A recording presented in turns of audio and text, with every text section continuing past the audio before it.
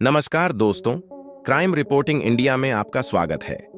देश की राजधानी दिल्ली के इंद्रपुरी इलाके से 18 मई 2026 को एक ऐसी हृदय विदारक घटना सामने आई जिसने समाज में आज भी जड़ जमाए बैठी दहेज की कुप्रथा और मानसिक क्रूरता को एक बार फिर उजागर कर दिया है। 4 साल पहले बड़े चाव और सुनहरे सपनों के साथ ब्याह कर आई वीणा नाम की एक 24 वर्षीय महिला की रहस्यमयी परिस्थितियों में तीसरी मंजिल से गिरकर मौत हो गई।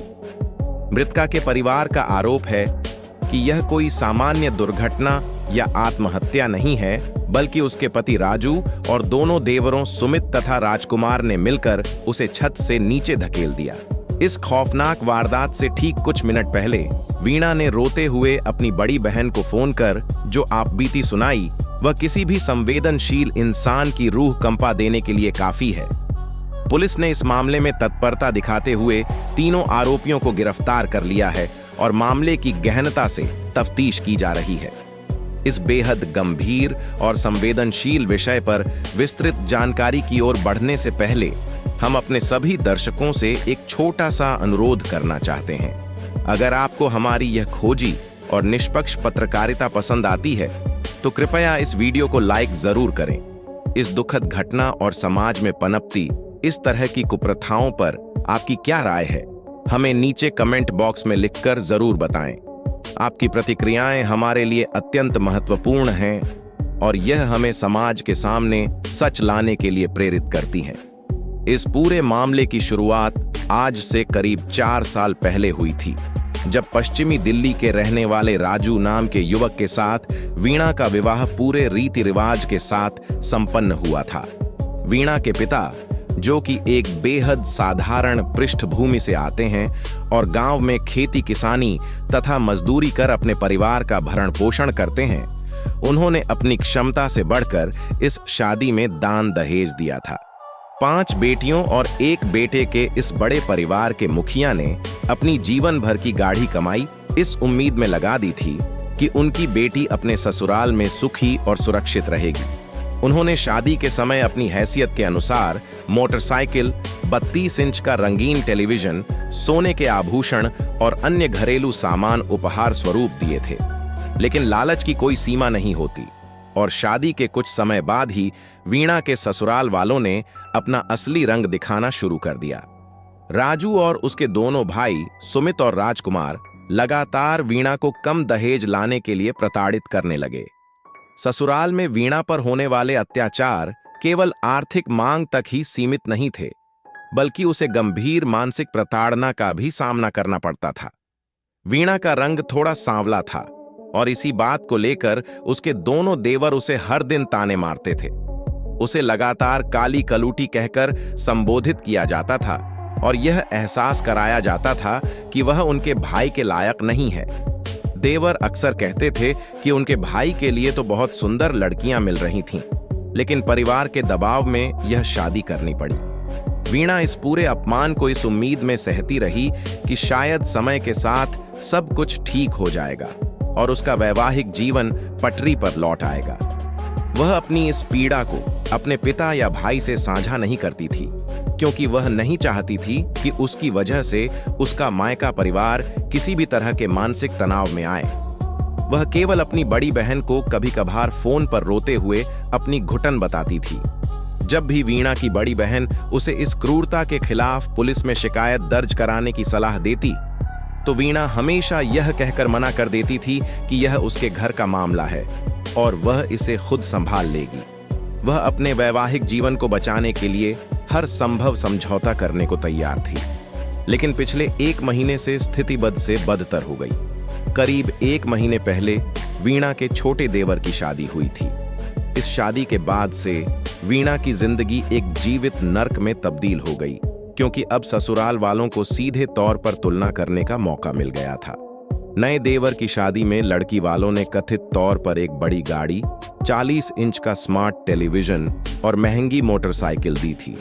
इसके बाद से ही वीणा के पति और देवरों ने उसे और ज्यादा प्रताड़ित करना शुरू कर दिया। वीणा के पिता जब भी अपनी बेटी से मिलने आते तो आरोपी सुमित और राजकुमार उन्हें नई बहू को मिला सामान दिखाकर ताने मारते थे कि देखो, इसे कहते हैं दहेज। 18 मई की दोपहर को यह प्रताड़ना अपने चरम पर पहुंच गई। घर के भीतर किसी बात को लेकर विवाद शुरू हुआ, जो देखते ही देखते मारपीट में बदल गया। जब वीणा को लगा कि अब उसकी जान को खतरा है, तो उसने छिपकर अपनी बड़ी बहन को फोन मिलाया। फोन उठते ही वीणा जोर जोर से रोने लगी और उसने कहा कि दीदी, राजू, सुमित और राजकुमार मिलकर मुझे बहुत बुरी तरह मार रहे हैं। तुम लोग जल्दी मेरे पास आ जाओ। वीणा की आवाज में मौत का खौफ साफ महसूस किया जा सकता था। उसने अपनी बहन से आखिरी गुहार लगाते हुए कहा कि मेरी एक बार पापा से बात करा दो, मैं आखिरी बार उनकी आवाज सुनना चाहती हूं, क्योंकि इसके बाद शायद मैं कभी तुम लोगों से बात नहीं कर पाऊंगी। उसने अपनी बहन को यह भी हिदायत दी कि उसकी मौत के बाद उसके मासूम बेटे को उसका मायका परिवार ही पाले और उसे इन जालिमों के भरोसे न छोड़ा जाए। यह सुनते ही वीणा की बड़ी बहन के होश उड़ गए। उसने वीणा से बार बार पूछने की कोशिश की कि आखिर हुआ क्या है और वे लोग उसे क्यों मार रहे हैं, लेकिन तभी फोन अचानक कट गया। बहन ने दोबारा संपर्क करने की कोशिश की, लेकिन वीणा का फोन नहीं लगा। अनहोनी की आशंका से घबराकर वीणा की बड़ी बहन तुरंत अपने पति के साथ मोटरसाइकिल पर सवार होकर पश्चिमी दिल्ली स्थित वीणा के ससुराल के लिए निकल पड़ी। वे अभी रास्ते में ही थे कि महज कुछ मिनटों के बाद वीणा के देवर का फोन वीणा के जीजा के मोबाइल पर आया। देवर ने बेहद सामान्य आवाज में कहा कि भाभी छत से नीचे गिर गई हैं। जब वीणा के पति और देवरों से यह पूछा गया कि उस समय छत पर कौन मौजूद था, तो उन्होंने स्वीकार किया कि वे तीनों भाई भी उसी समय छत पर ही थे। इसी स्वीकारोक्ति ने वीणा के परिवार के शक को यकीन में बदल दिया। परिवार का साफ तौर पर कहना है कि जब तीनों भाई छत पर मौजूद थे और कुछ मिनट पहले ही वीणा ने अपनी जान का खतरा बताया था, तो यह साफ है कि उसे छत से धक्का देकर नीचे गिराया गया है। घटनास्थल पर मौजूद चश्मदीदों और पड़ोसियों के अनुसार तीसरी मंजिल से गिरने के बाद वीणा लहूलुहान हालत में जमीन पर पड़ी थी। उसे तुरंत नजदीकी अस्पताल ले जाया गया, जहां डॉक्टरों ने उसे मृत घोषित कर दिया। घटना की सूचना मिलते ही इंद्रपुरी थाना पुलिस की टीम मौके पर पहुंची। मामले की संवेदनशीलता को देखते हुए फॉरेंसिक विशेषज्ञों की टीम को भी बुलाया गया, जिसने घटनास्थल से वैज्ञानिक साक्ष्य और फिंगरप्रिंट एकत्र किए, ताकि यह साफ हो सके कि यह हत्या है या आत्महत्या। हम इस अत्यंत संवेदनशील घटनाक्रम के कानूनी पहलुओं और पुलिस की अब तक की कार्रवाई की विस्तृत समीक्षा की ओर बढ़ रहे हैं। लेकिन उससे पहले हम अपने सभी सम्मानित दर्शकों से एक बार फिर विनम्र निवेदन करना चाहते हैं। अगर आपको हमारी यह निष्पक्ष और तथ्यात्मक रिपोर्टिंग महत्वपूर्ण लगती है, तो कृपया इस वीडियो को लाइक करें और कमेंट सेक्शन में अपनी राय साझा करें। ऐसी घटनाओं को रोकने के लिए समाज में क्या बदलाव आने चाहिए, इस पर आपके विचार हमारे लिए और समाज के लिए बहुत मूल्यवान हैं। पुलिस की प्रारंभिक जांच में यह बात सामने आई है कि मृतका के शरीर पर चोट के निशान थे, जो इस बात की पुष्टि करते हैं कि गिरने से पहले उसके साथ गंभीर मारपीट की गई थी।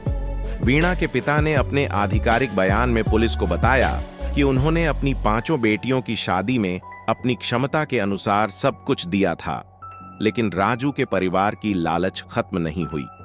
पुलिस ने मृतका के पिता और बहन के बयानों के आधार पर भारतीय दंड संहिता की संबंधित धाराओं के तहत दहेज हत्या और घरेलू हिंसा का मामला दर्ज कर लिया है।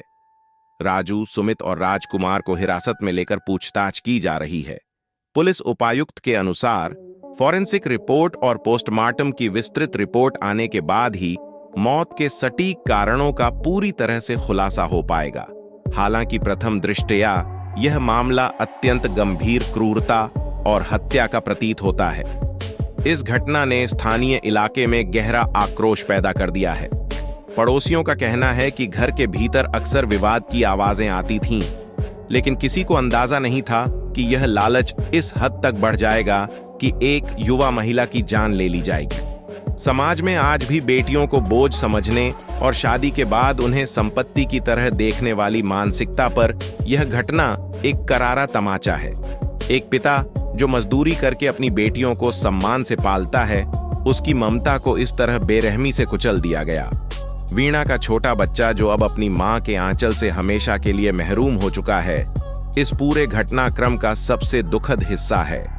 कानूनी विशेषज्ञों के अनुसार इस मामले में मृतका का आखिरी फोन कॉल यानी डाइंग डिक्लेरेशन या मृत्यु पूर्व कथन के रूप में एक बेहद मजबूत साक्ष्य साबित हो सकता है। अदालत में यह कॉल रिकॉर्डिंग आरोपियों को सख्त से सख्त सजा दिलाने में मुख्य भूमिका निभाएगी। पुलिस इस कॉल की सत्यता और वॉयस सैंपल की जांच के लिए इसे सरकारी लैब में भेजने की प्रक्रिया पूरी कर रही है। मायके पक्ष ने प्रशासन से गुहार लगाई है कि इस मामले की सुनवाई फास्ट ट्रैक कोर्ट में की जाए ताकि पीड़िता के परिवार को जल्द से जल्द न्याय मिल सके और दोषियों को उनके किए की कड़ी सजा मिले। दहेज की यह वेदी हर साल देश में हजारों मासूम महिलाओं की बलि ले लेती है। कानून सख्त होने के बावजूद सामाजिक जागरूकता की कमी और लालच की भावना इस तरह के अपराधों को बढ़ावा देती है। यह बेहद जरूरी है कि जब भी किसी बेटी को शादी के बाद प्रताड़ित किया जाए तो उसे चुप रहने के बजाय तुरंत कानूनी सहायता लेनी चाहिए ताकि समय रहते ऐसी अनहोनी को टाला जा सके। वीणा ने अपने परिवार को लोक लाज और वैवाहिक जीवन बचाने के चक्कर में समय पर पूरी बात नहीं बताई, जिसका खामियाजा उसे अपनी जान देकर भुगतना पड़ा। यह दुखद घटना हमें यह सोचने पर मजबूर करती है कि एक समाज के रूप में हम कहां जा रहे हैं। जब तक हम आंतरिक रूप से महिलाओं के प्रति अपनी सोच नहीं बदलेंगे और दहेज जैसी कुप्रथाओं का पूर्ण बहिष्कार नहीं करेंगे, तब तक कानून अकेले ऐसे अपराधों को रोकने में पूरी तरह सफल नहीं हो सकता। हमें अपनी बेटियों को आत्मनिर्भर और साहसी बनाना होगा ताकि वे किसी भी प्रकार के अत्याचार के सामने झुकने के बजाय उसका डट कर मुकाबला कर सकें। इस पूरे मामले में कानून अपनी गति से काम कर रहा है और हमें उम्मीद है कि न्याय की जीत होगी। क्राइम रिपोर्टिंग इंडिया की पूरी टीम मृतका को श्रद्धांजलि अर्पित करती है और उम्मीद करती है कि समाज भविष्य में ऐसी घटनाओं से सीख लेगा। सुरक्षित रहें, सतर्क रहें और अपने आसपास होने वाले किसी भी अन्याय के खिलाफ आवाज उठाएं। धन्यवाद।